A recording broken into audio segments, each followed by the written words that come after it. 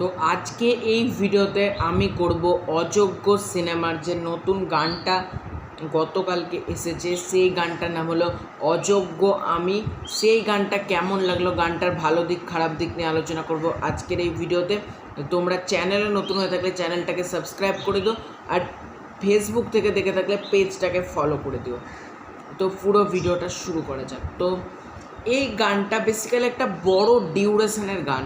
গানটা সিনেমা হলে যেটা বুঝতে পারছি, লাইক দশম অবতারে যেরকম কেটে কেটে গানগুলোকে ইউজ করা হয়েছিল, পুরো গানটা যেভাবে একভাবে চলেনি, বিভিন্ন সময়ে গানটার প্রয়োজনে মানে ফিল্মে ক্লিপিংস মানে গানের অংশগুলো ইউজ করা হয়েছিল, সেরকমই হয়তো এই গানটার ক্ষেত্রেও হতে চলেছে। আমি ফিল্ম না দেখার আগে তো বলতে পারবো না, তবে আমার বেসিক্যালি মনে হচ্ছে এতটা বড় ডিউরেশনের একটা গান, 4 মিনিটের একটা গান, এভাবেই কিন্তু ইউজ করা হতে পারে ফিল্মের মধ্যে, কারণ টানা 4 মিনিট গানটা চলবে না ফিল্ম।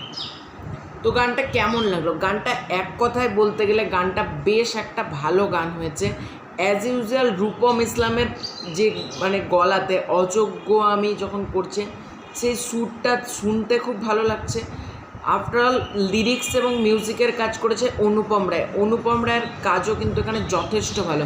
আমরা যদি দেখি রূপম আর অনুপম এই দুটো জুটি যখন ফেরে, তখন গানের দুনিয়ায় আগুন লেগে যায়। যখন রূপম ইসলাম আর অনুপম রায়, যখন এই রূপম অনুপম জুটি ফেরে, আগুন ধরে যায় মার্কেটে।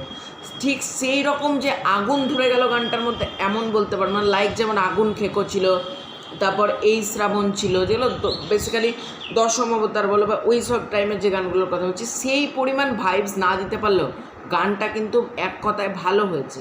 এখানে প্রসেনজিতের যেটুকু সিনস দেখানো হলো সেটুকু বেশ ভালো লাগছে। এই সিনেমাটা বেসিক্যালি ভালো হতে চলেছে, কারণ ডাইরেক্টর হলো কৌশিক গাঙ্গুলি। সিনেমাটার জন্য আমি এক্সাইটেড আছি বিকজ অফ কৌশিক গাঙ্গুলি আর প্রসেনজিৎ ঋতুপর্ণার 50তম জুটি বলে। তো গানটার লিরিক্সের কাজ কিন্তু এখানে ভালো লেগেছে। মানে গানটার লিরিক্সগুলো আমার মনে নেই যে করবো, কিন্তু লিরিক্সের কাজ কিন্তু বেশ ভালো। লিরিক্সও বেসিক্যালি অনুপম রায় করেছে। এবং রক ভার্সানে যে যখন বলছে না অযোগ্য আমি, রূপম ইসলামের গলাতে বেসিক্যালি গানটা আরও ভালো লাগছে। এই গানটা পারফেক্ট ছিল রূপম ইসলামকে দিয়ে গানো, রূপম ইসলামের গলাতে কিন্তু গানটা সত্যিই ভালো লাগছে। এবং মিউজিক ডাইরেক্টর হলো ইন্দ্রদীপ দাশগুপ্ত রয়েছে, শিলাজিৎ রয়েছে। সুতরাং গানগুলো যে মার্ভেলাস হবে এটুকু তো বোঝাই যাচ্ছে।